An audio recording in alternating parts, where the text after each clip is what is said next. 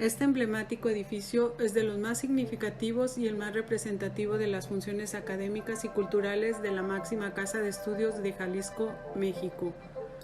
En 1972 fue la Real Universidad de Guadalajara y desde 1925 como Universidad de Guadalajara.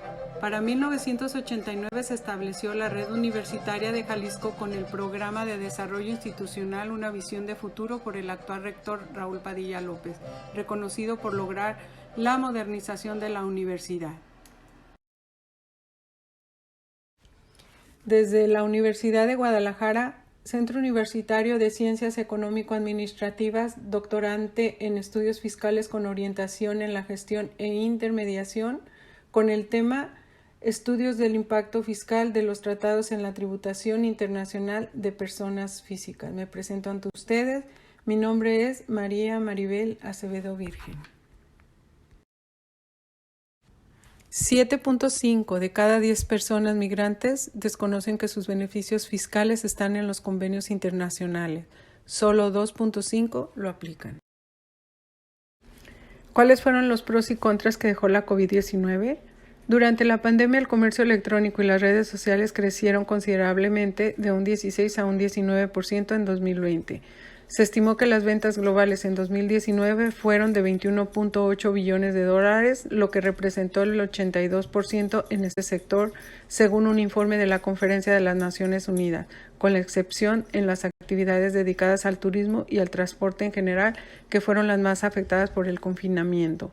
Los pros fue ver la capacidad tan extraordinaria de los seres humanos en responder y enfrentar este mal sin parar las actividades laborales. Los contras fueron las pérdidas de vidas humanas. ¿Cómo se enfrentó la pandemia para reactivar la economía global? Entre otros, el trabajo en equipo, la generación de ideas, el uso de las tecnologías en el comercio y brincar todos los desafíos. En las agendas de varios gobiernos se han establecido políticas para generar empleos conforme se va combatiendo la propagación comunitaria. Según datos de la Organización Internacional del Trabajo, las cifras desde el 2008, el crecimiento del empleo se había situado en promedio en solo 0.1% anual frente a un 0.9% entre 2000 y 2007. Para este 2023, el empleo irá aumentando considerablemente por los estragos que dejó este mal. También las políticas del empleo están dentro de las disposiciones del Acuerdo sobre la Facilitación del Comercio de la OMC, que considera la urgente necesidad de brincar la brecha laboral con medidas de apoyos económicos y laborales, sobre todo para aquellos países considerados en desarrollo. ¿Por qué es importante analizar el índice de progreso social contra el PIB per cápita? En la gráfica vemos que el desarrollo económico y el progreso social no es lineal. Aún así, son positivos la estrecha entre el índice del progreso social, es decir, el índice, y el PIB per cápita. Este último no explica el progreso social del todo, solo en niveles similares. Por eso la importancia de ambas para el análisis del progreso social de cada país, y según se vayan alcanzando los niveles altos de ingresos, el ritmo se detiene. Enfocaremos la atención al tercer nivel de los tres componentes que integran el índice, que mide el nivel de oportunidades y la movilidad ascendente. Esto se refiere a la capacidad de una persona de alcanzar una jerarquía social al generar su propia riqueza y aumentar su poder adquisitivo. Y esto solo se logra con un trabajo bien remunerado y considerando las tasas fiscales a las que esté sujeto de acuerdo al país que genere este ingreso. ¿Qué plan de migración tiene Canadá para este 2023 y 2024? Como se mostró en la gráfica anterior, los países con mayor desarrollo económico y social atraen a la inversión, a empresas y al trabajo a personas. Vamos a analizar a Canadá, quien en estas 2 últimas décadas ha hecho mediática las ofertas de trabajo y también estas personas obviamente tendrán que tributar. Canadá se ha convertido en uno de los principales y favoritos destinos para la migración a nivel mundial, al punto que algunos señalan que el llamado sueño americano se trasladó desde la otra parte del río Niágara hasta Canadá. Pues bien, aquí unos puntos para entender cómo funciona el proceso migratorio en Canadá, mitos y realidades. Sí, Canadá busca incrementar en 1.4 millones de personas su población a través de nuevos residentes permanentes de aquí al 2024. El gobierno canadiense tiene una lista de más de 350 trabajos calificados que van desde electricistas, ayudantes de cocina, hasta cirujanos y médicos con otras especializaciones. México ha celebrado más de 50 convenios con diferentes países. Uno de ellos es el convenio para evitar la doble tributación y evitar la evasión fiscal. ¿Y cuál es su importancia? El objetivo principal es evitar que los contribuyentes paguen doble por el mismo ingreso en dos o más jurisdicciones, así se evita la doble tributación. Pero también a través de estos instrumentos jurídicos en algunos países como en Canadá, el contribuyente puede recibir créditos y beneficios al considerarlos residentes para efectos fiscales.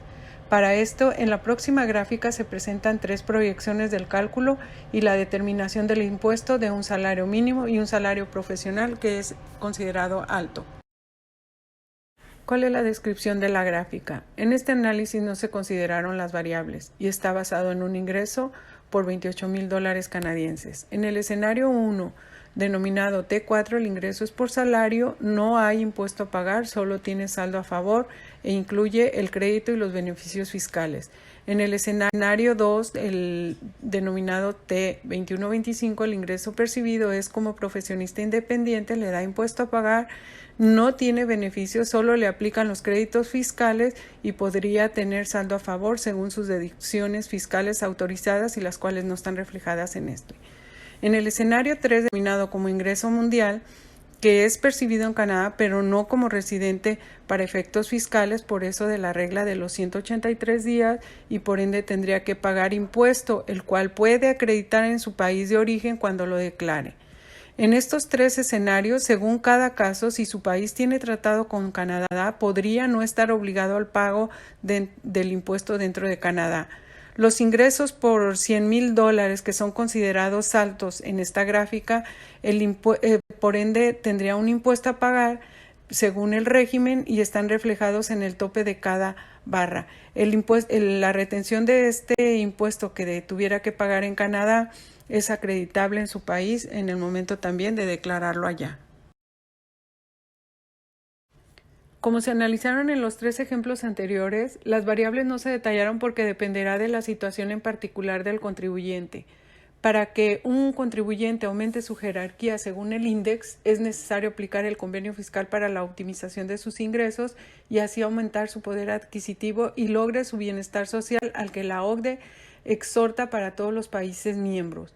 Cabe hacer mención que normalmente un residente temporal o permanente que gana un salario mínimo no le resulta impuesto a pagar. Al contrario, el gobierno canadiense le regresa íntegramente el impuesto que el empleador haya retenido, más dichos beneficios fiscales contemplados en el convenio. Los pros y contras de otros países que no cuentan con el tratado en materia fiscal, el gobierno le exigirá la retención del impuesto sobre la renta y al igual que cualquier residente y podrá acreditarse dicha retención en su país. Por último, la tributación es compleja y contar con los tratados internacionales y aplicarlos es indispensable para hacerse acreedor de los beneficios fiscales y evitar la doble tributación y también así evite incurrir a la evasión fiscal en el futuro por la falta de conocimiento que puede resultar contraproducente.